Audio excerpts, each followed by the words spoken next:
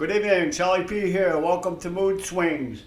We're gonna talk about recovery tonight. A lot of people out there on dope and all that stuff, and let you people know, kind of where some of my zaniness can come from.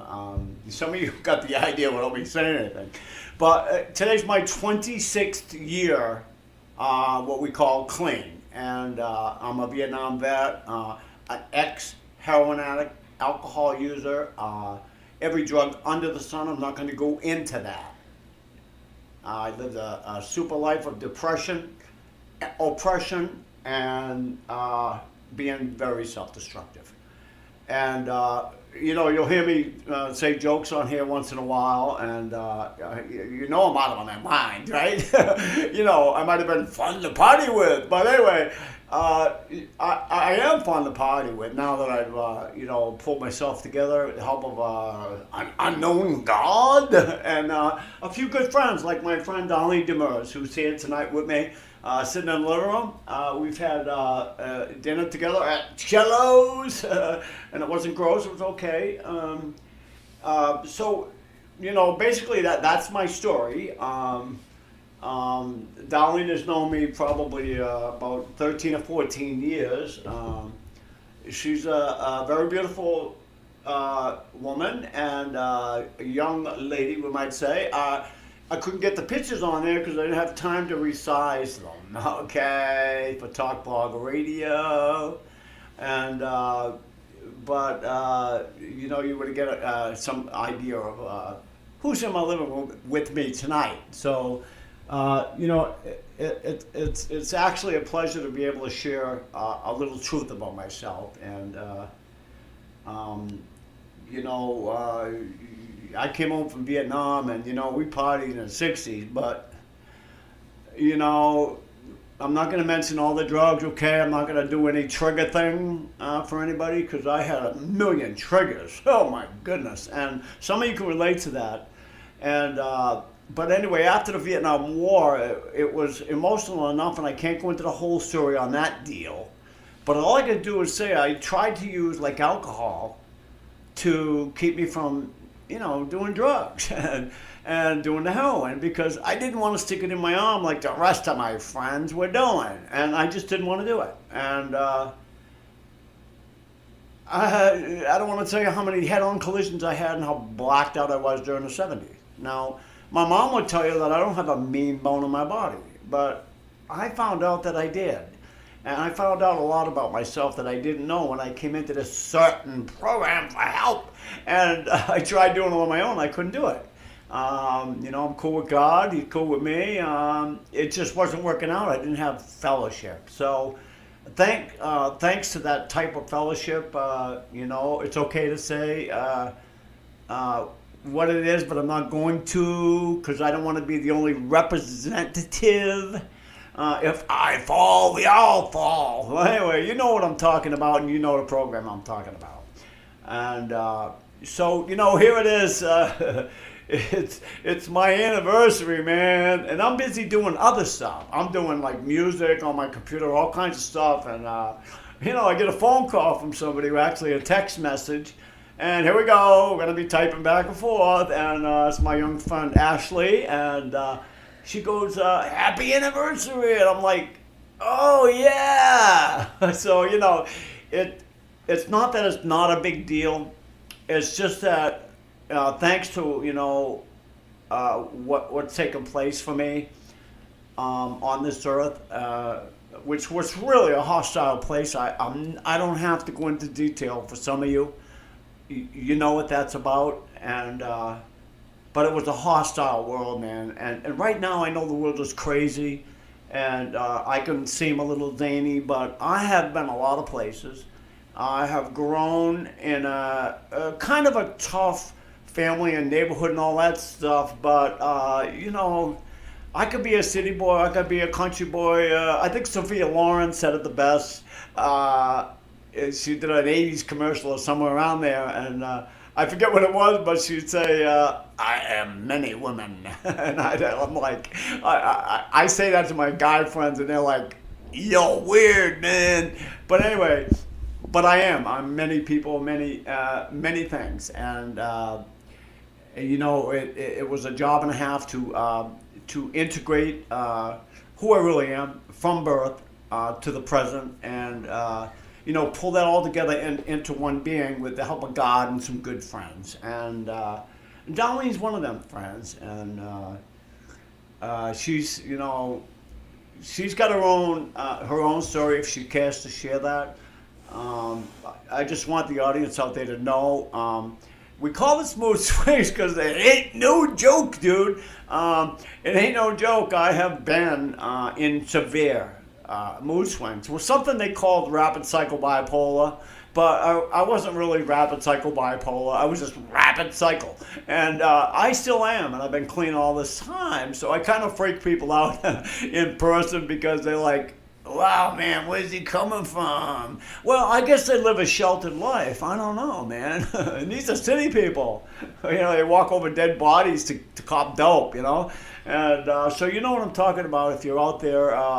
If you're having trouble, using, I don't care what it is, get rid of it. Get rid of it. Get some help. There's people like Darlene and I. We give our shirt off our back to help you if we could, but this is not the kind of show that's going to deal with that kind of stuff. Beyond tonight, you're going to hear a lot of jokes about stuff like that, and that's about it. Because, this is not a recovery program. This is about music, but I couldn't get, my computer got some kind of a virus or something from the Explorer, and it shut off my CD, DVD maker there, and it says I can't find it. Well, I plugged it in, I don't know how many times, so, and how many wires, so I'm done. So my friend Vinny will fix it for me. He's a cool dude. So I've got a few good friends in my life. I'm not known and loved by a lot of people, but that isn't what life's all about. It's the quality of those friendships is what it's all about. And that's why when I made this show up and I made a description of it, it was like, I hope I could make some friends out there, and maybe they could make a friend in me, and we could share music and stuff back and forth. I want to apologize to a caller that I got on last night's show. I didn't expect a caller on my second show. I don't expect that it's great at all. I just expect that it's regular, and it's just everyday stuff. And of course, having Darlene here tonight with me is that everyday stuff. And I told you, music and mayhem. You never know what we're going to do. So I'll let Darlene share a little about herself. I could say a million things about her that she won't tell you, but it's not my job to do that. But Darlene Demers right here. Darlene. Hi, everybody. It's good to be here tonight. It's wonderful to celebrate Charles's 26th anniversary, and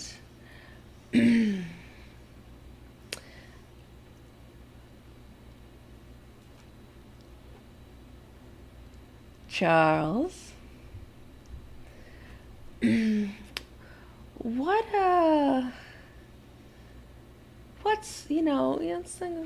something good to ask you.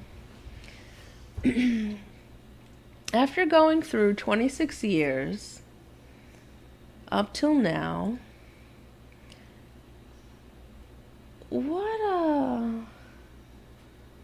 what's the one thing you're the most grateful for? Probably having people like you give a damn about me. I can understand that. It's nice to have people that actually care about us in our lives. Yeah. I feel the same way. I have happened to have had a recent anniversary myself, and having my good friend Charles attend it, luckily due to a race car thing being rescheduled again, that worked out well. And really, I don't know how everyone else in the world functions, but without some kind of human contact or friendship or support, it's pretty much, it's pretty much like not really, not really worth living. I suppose there are some monks or something that live on a mountain and some kind of thing, and perhaps there are some people who are content with being alone or whatever, but um, I certainly am not. What about Darlene? You want to tell us about your recent celebration and maybe how difficult it was to achieve where you are right now? So I just recently, like a week ago, got my 1 year anniversary. And yeah, it's crazy. It's crazy. Like, how was it difficult to get to this point? Well, you can say it's difficult, or you can say it is what it is. But I went through periods of using drugs, periods of sobriety, or whatever you want to call it. And I don't know, say, I guess it was pretty difficult, seeing as how I had to, after having like over 4 years clean, having to go back into active addiction for about 6 years, and finally come to the realization that what we have is not something that goes away. It can be, like sort of like cancer, sort of like arrested or in remission, but it doesn't mean it's gone. And who knows? Who knows if I hadn't, I could still be out there using, really. I happened to come upon a certain drug that luckily kind of made me feel sick in general, and it was, and so luckily I felt shitty enough so that I wanted to change my life in some way. And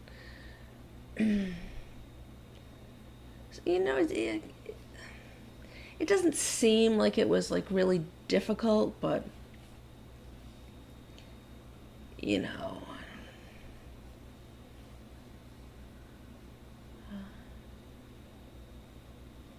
Darlene's funny. I wish I had a video of her face. She's so cute. Yeah, but Darlene, talk a little about the difference now than years ago. When we first hooked up as friends, your anxiety was so incredible. I had never seen anything like that on this planet, and I've been with billions of people. I mean, I exaggerate, but that's what we do. Anyway, but your anxiety, what's that like now? well, What do you do about it? it's interesting when you talk about like 10, 12, 11, 12, whatever amount of years ago, how I was back then, because I don't know maybe if you remember it better than me. I just remember being in, like fits of crying and just like all upset and crazy. And I think I have been like that in more recent years too. But what happened? I can't say, I cannot say that, oh yeah, I love to meditate and that has somehow just really helped with everything. Um, I don't know, like, I don't know why I was so bad previously. Maybe because I was younger and I really hadn't experienced some this and that, and I don't know. But, like, today sometimes I have some difficult times with it, but I just, I don't, I guess I focus on not freaking out and just maybe feeling uncomfortable and really just realizing that if I am patient and just go through some things that are uncomfortable, it kind of like it doesn't make the anxiety go away forever, but it's like I have to develop some maturity and not act like a little crying teenager, because that's not an effective way to get anything done, really. I don't feel good. The people around me don't feel good. And, so seeing myself get through times of, it's like, it's really like, it's mental, but it's kind of like, it comes down to a sensation in the body that is extremely unpleasant. Just going through stuff and some kind. It's not some kind of power is gained. It's not power. It's just like a knowledge or a conditioning that happens.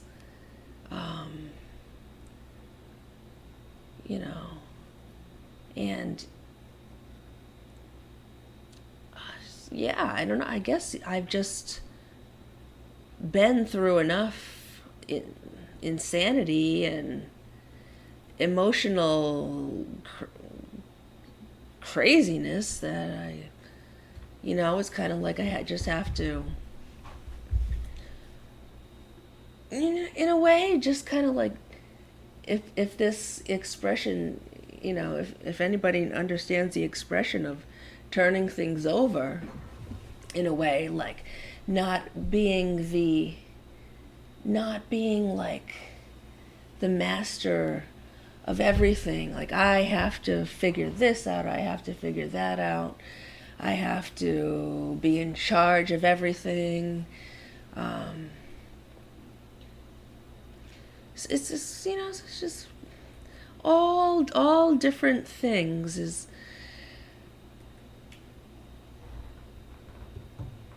I guess, have helped me.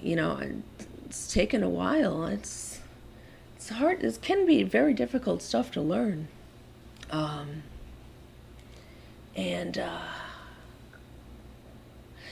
I don't even remember back quite a few years ago. It'd be about 16 years ago. What I was thinking when I would be so upset and anxiety ridden, and I don't even think I was aware enough to deal with myself. I was just out of control. And so yeah, really, it's time and experience have helps, in supportive people have helped me to kind of get a grip And wonderful people like Charlie have helped immensely. I don't personally have like a whole bunch of people that I've known for a long time that have just always been my friend throughout any periods of being in active addiction or not have, or in recovery, that have just always been there. But I'll tell you, you're lucky if you can find someone that can be so supportive and available. And so I'm really enjoying things, and at times I'm not enjoying things, but it's not the end of the world.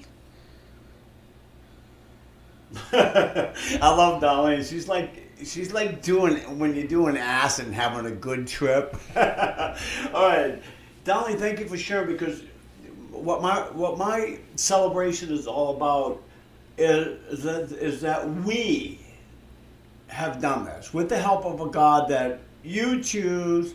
I can't choose them for you, but that's how they do things. And yeah, I hooked up with these people. The church folk all gave up on me, made faces, I'm in jail, head-on collisions and all. And they're like, that's a good testimony for our church. Well, maybe we could tell them a thing or two now, and we'll find a way to do that, gently, hopefully. And anyway, Darlene is, you really can't see what's going on here, because my celebration involves other people. And it isn't all about me, because I'm self-centered enough. We're all self-centered enough. And it's hard to put that self aside sometimes. And but Darlene, was in my life, and she doesn't remember, but I know she remembers that way back, we were in my apartment, and she was having one of them anxiety attacks, and I'm one of the guys that gotta help. And, I'm trying to calm her down, and next thing you know, there's scratch marks on my neck, and then the neighbors are calling the police, and they come and they look at this older guy and they say, you got any guns or knives? And I'm like, no, man. And they said, well, we heard all this crap going on. I said, well, my lady friend is upset, and just trying to calm her down. And then they asked me if I hit her, and I said, no, I didn't hit her. And they told me to sit down on my table. Very intimidating. Well, we'll get into that later. But, Darlene was brought in the other room, and she told the police, like she does. She tells the truth. That's what I like about her. That's why I say it's like on a good acid trip. Because it was like having discussions where we could contemplate this and that when we were young and we were first starting out and experimenting with that stuff. And but Darlene's fun like that. But they arrested her that day because she said, "Yeah, I guess I hit him." Next thing I know, she comes out of the room with handcuffs on. I'm like, "Oh my God, my poor little Darlene! I love her so much. What happened to her?" And then there's this news writing in the paper, man. Check it out. The news said 51-year-old man assaulted. I cannot find. I didn't even get a good hit in. But anyway, Darlene and I have been through a lot more fun than episodes like that. But she may not sound like she has a lot to say. It's what Darlene doesn't say that probably is her biggest statement. And we did a recovery a celebration for her the other night in a little group of 6 people. And the people that stood up and spoke about Darlene were from different backgrounds, from different towns, different places, but everybody experiences the exact same thing from Darlene. Only I felt that I could contribute a little bit more because of the time that I've known her. And I'm always doing that and pulling rank on people. But old people are like that. They should be euthanized. I know that. But Darlene's always fun to be with. Her and I have put techno music together, real crazy stuff, real weird stuff, you know. It's like 60s madness, only it's in the 21st century. And she's the only person I know that I could do stuff like that with. Have some fun. Where do we get off the alcohol and drugs and all that? So we could be boring? No, I don't think so. We're far from boring. In fact, one book said that we were actually the salt of the earth. Okay? And you can check that out and see who might have said that. I'm not going to say it on the air. But, you know, recovery is a good thing for me. I've gone from, you know, I had 4 children. I was married. My wife decided to do other things. And, you know, recovery got off to a rocky start. I mean, one minute I had a house, 4 kids and a wife. Next minute I know, I got a bag full of clothes and a guitar and a you know, makeshift amplifier in my pickup truck, and I'm heading for parts unknown, looking for somebody's couch to sleep on. I'm saying, oh, wait a minute, I got sober and clean. Everything's supposed to be wonderful. No, not at all. But it's struggles like that that accumulate, and you actually, like Darlene was saying, we get through those things. You know, you're talking to a guy that used to see a dead animal on the side of the road. I mean, I don't really care for Neil Young that much. You know, he cries and whines. But I felt like him. And if I saw a dead animal on the side of the road, I wanted to get off this planet, man. There's something wrong down here. It really hurt me to see a child hurt, especially, and then see an animal hurt. And Darlene and I were talking about that. You know, she feels the same way. We're very, very, very sensitive people. Maybe that's why a lot of artists, a lot of people that create music out there, like Amy Winehouse, I love her. It's because of her, at 60 years old, I went and did my first live concert and didn't even know it was going to happen, okay, out in Illinois. And ever since then, I've gone completely berserk. But that lady, when I learned about who she was and what all these jerks had to say about her, I mean, there's a lot of jerks out there. And I cried. I mean, something activated inside of me. It was an intense spiritual activation. And I've only experienced that with my God and with Jimi Hendrix. Okay? I have a lot of music, a lot of people that inspire me down through the ages, but not in a real way. Not like learning about Amy, listening to her music, and seeing how honest she was. And you could almost see her where she was lying to herself and knew about it. And, you know, I turned my mom on to Amy before my mother died. My mother died a year almost to the day, and said, you know, wonderful things about Amy. And my mother comes from a jazz background, so she heard all that stuff in there. So, you know, for people that know Amy and care about people like that, Darlene and I are people like that. And we're doing okay. And I'm out of my mind, and I have a lot of fun. I'll sing like a beer commercial from the 50s. Schaefer is one beer to have when you're having more than one. You know what I mean? And all these old people at supermarket are actually mumbling the words and remember them and singing them with me. So, you know, if I ain't acting up on here, I'm going down like Stop and Shop, and then I'm going to do them up, because that's what I do. And I spent the day celebrating. How did I do that? I jumped on my motorcycle. I went out to toward Connecticut, changed my mind, ended up in Webster at a girl's house. She was sleeping. I ended up looking up a Vietnam vet friend of mine, and I figured it was time for a reunion. And Darlene was with me last time we went to see him, and well, it turned out that he wasn't in town, and I finally got his number, called him, and he was on his way out of town. All right, but I went to a store and bought a scratch ticket, won $400, man! Woohoo! All right. So anyway, it's good to be clean and sober. They only give us a lousy 30 minutes. Darlene, I love you. Thank you for coming tonight. Love you too. And you know, it's just a moment in time, and a living room in Woonsocket, a double living room, and a couple of cats hanging around with people like Darlene and I. So, this is Mood Swings, Charlie P saying good night. Recover well and have fun doing it when you learn the secret of uniting and doing it with someone who knows what it's like